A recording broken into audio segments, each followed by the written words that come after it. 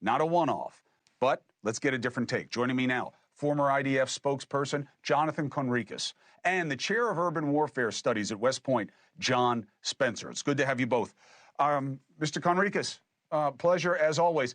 Do I have it right so far in terms of your reckoning of what Israel has done to retaliate and how? Yeah, there's something odd with the color of the screen, but I'll you look continue. fine. I can assure the viewers that I'm okay. So what's happening now is that, as I think you said correctly, this is the first chapter. The first chapter in, I would say, a new book of the Middle East, whereby Israel, I think, is changing its strategy. And what we're seeing is the first embodiment of that change in strategy, whereby Israel is signaling to Iran that 25 years of Iranian aggression against Israel without real responses by Israel against Iran for that aggression, they have come to an end, and Israel is now beginning to enact a different strategy that will hold the Iranian regime accountable for their acts of aggression, whether direct ballistic missiles fired at Israel twice, almost 400 missiles in total, or indirect through its 7 proxy countries that they have around Israel. And I think that when there's a lot of information coming out relating to the specific targets. As far as I know, at this stage, we are not talking about neither nuclear nor oil, but I think that we are talking about military targets that have relevance to the regime. And of course, many of those are in population centers by design. So that to strike them is to strike the general population and, of course, make it look like you're victimizing the people that the regime is actually setting up to be victimized and is victimizing itself through its oppressive actions. In terms of how this is being done, what is our understanding, Mr. West Point, about whether or not they're doing this through fighter jets, or do you think this is through long-range missiles that Israel has? I would weigh more on the fighter jets with that, which you called it right with the refueling and things, but it's really hard to tell at this point. But, two things I'll differ on you on. One, the precision of this, and the IDF said precise attack of military targets, and that this can't be viewed as escalation. I think that's the problematic language we're using after the Islamic regime in Iran, one, attacks Israel since October 7th with its proxies, but then directly attack Israel and there being very little consequences.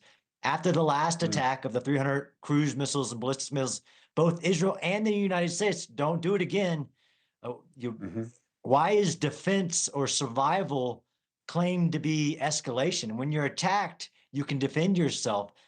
The United States and Israel said there would be severe consequences if the Islamic regime attacked again. They attacked again with one of the biggest ballistic missile attacks on Israel ever in history.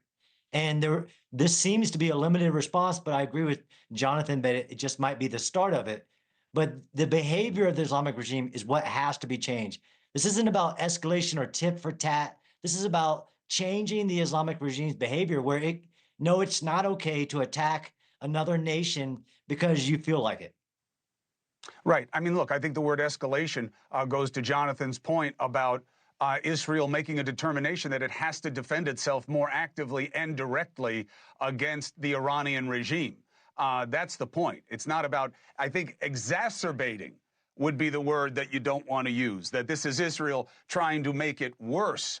Jonathan Conricus, I think that this is almost an act of defense through desperation. I mean, what else are they going to do? Just sit there and keep letting the Iranian regime come at them any way they can?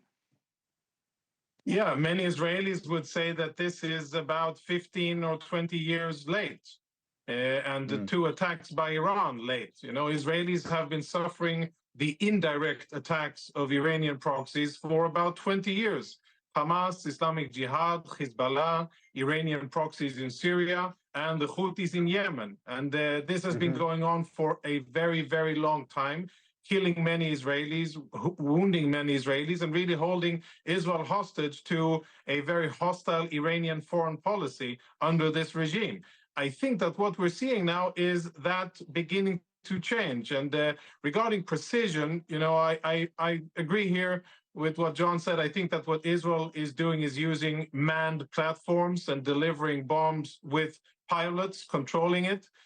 I would be very surprised if Israel were to choose to bring out the Jericho missiles that Israel has, or any other advanced long-range precision. Hey, thanks for watching. Go to joinnn.com to find NewsNation on your screen. And don't forget, click the red subscribe button below to get more of NewsNation's fact-driven, unbiased coverage.